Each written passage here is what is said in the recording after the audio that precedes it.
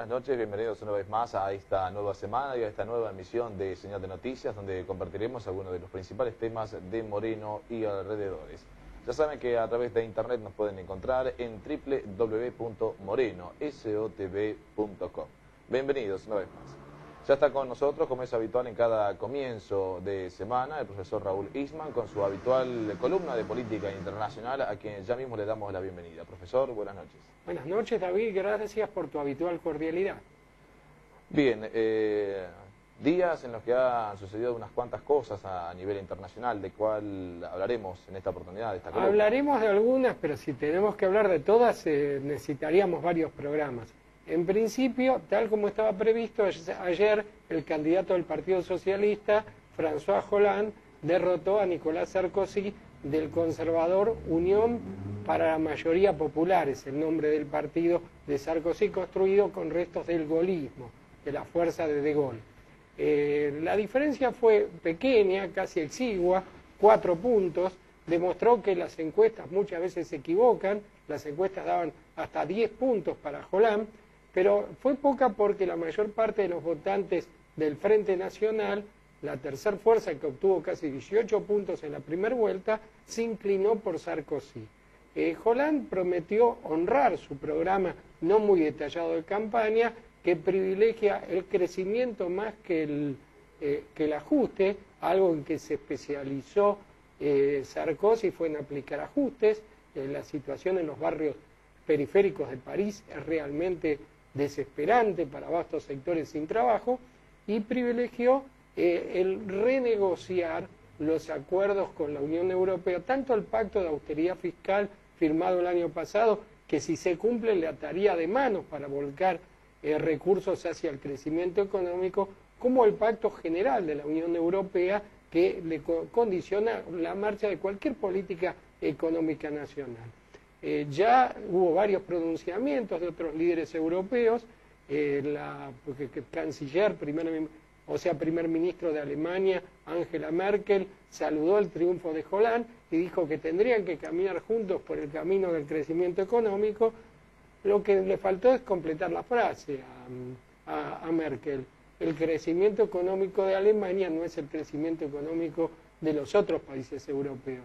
El pronóstico es reservado, si primarán las promesas de campaña o primarán los condicionamientos económicos, pero otra instancia muy importante se va a jugar en un mes cuando se vuelva a votar por las parlamentarias. Ahí se verá las posibilidades inmediatas que va a tener Hollande de gobernar, porque si sale con mayoría en el Parlamento va a tener un pronóstico mejor.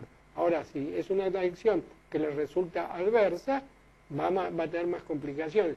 El voto de la derecha se va a volver a dividir en esta elección. Sumó mucho voto de su partido, el 27% en la primera vuelta, y gran parte del 17% que votó por la candidata Marine Le Pen. Ese pronóstico reservado.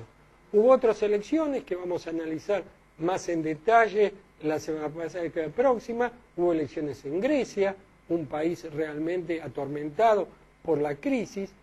Como postal, se puede decir que algo que no salió mucho en los medios argentinos, una marcha impresionante en Italia de viudas desesperados por la crisis. Hombres que en la máxima desesperanza se suicidan. Y esas viudas de estos suicidas de la crisis económica hicieron una marcha para alertar contra la prosecución de los planes de ajuste. Lo que se está debatiendo en Europa es si siguen los ajustes o se marcha a un camino de crecimiento.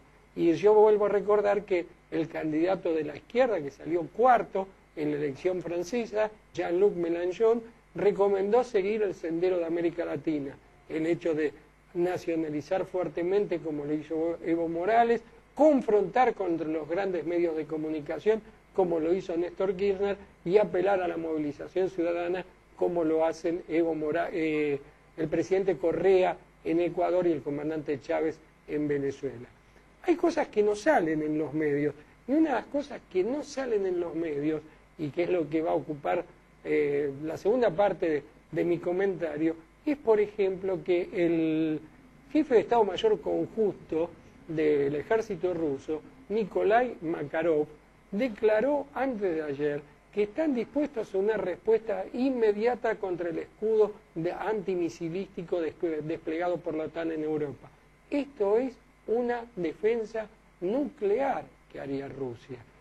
Acá estamos en presencia de uno de los grandes conflictos de este tiempo.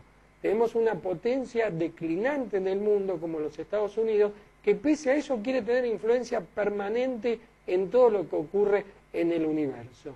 Y Rusia, que durante la década de los 90 fue un país postrado, que entregó gran parte de sus recursos a la voracidad de los monopolios, y que en la década siguiente, la década de los 2000, la primera década del siglo XXI, resurgió como Estado Nacional, hoy integra un conglomerado que se denomina BRICS: Brasil, Rusia, India, China y Sudáfrica, que a su vez 3 de esos países, Rusia, India y China, se reunieron a mediados de abril en Rusia, los ministros de Relaciones Exteriores, y demostraron que son el bloque que contrapone el poder de los Estados Unidos. No me acuerdo exactamente las cifras de los economistas, ni soy economista, pero el BRICS concentra el 56% del crecimiento mundial, mientras que los países del G8, los países industriales de Estados Unidos y Europa y Japón, concentran solo el 6%. Esto nos marca el avance del poderío económico de los BRICS y además el hecho de que uno de sus integrantes, China, en 20 años va a superar el Producto Bruto de los Estados Unidos. Entonces tenemos una reunión de cancilleres que casi no salió en los medios de la Argentina, en el cual los cancilleres de los 3 países se comprometieron en proseguir mancomunadamente algunas políticas de largo plazo, de compatibilización de sus programas científicos, universitarios y tecnológicos, y también se comprometieron, de hecho, sin nombrarlo, a ponerle límites al avance de los Estados Unidos. Frente al hecho de que Corea del Norte había lanzado un cohete al espacio, teóricamente buscando información científica, y Estados Unidos quería responder con amenazas y hasta con alguna acción bélica, los cancilleres de estos 3 países dijeron que no hay que aislar a Corea del Norte, que los problemas se resuelven con diálogo. Lo mismo dijeron sobre Irán. Irán tiene derecho, según estos países, a desarrollar su programa atómico. Hay que recordar que los países ricos en recursos, como Libia, que se desarmaron creyendo en que Estados Unidos iba a ir a la paz, sufrieron la invasión y perdieron su autonomía como Estados nacionales, y eso no ocurrió hace 20 años, ocurrió el año pasado. Entonces, Irán desarrolla sus programas nucleares porque el único modo de evitar una invasión de Estados Unidos cuando uno es rico en recursos naturales es armarse, como lo hace el comandante Chávez en Venezuela, que está siendo cercado política y militarmente por las acciones de los Estados Unidos. Irán tampoco queda sola en la mirada de los cancilleres de Rusia, India y China, y finalmente mostraron mucha preocupación por el futuro de Afganistán, país con el que algunos tienen mucha cercanía, algunos de estos países tienen mucha cercanía, y país que está siendo prácticamente controlado por los talibán. El presidente Hamid Karzai tiene un poder prácticamente decorativo y está previsto para el año 2014 que se retire la fuerza invasora de los Estados Unidos. Entonces es un panorama, por un lado, profundamente complejo. Por otro lado, está claro que Estados Unidos declina su poderío económico y político, aunque mantiene un poderío militar que nadie podría discutir en su sano juicio. Y el único modo de enfrentar a los Estados Unidos es con claridad política y también con capacidad militar. Los países que se desarman están invitando a Estados Unidos a que los invada. Muy bien, muy completo, por cierto. ¿Algo más para acotar o ya directamente al alpargatazos? Quiero hacer un comentario que va a conducir a los alpargatazos.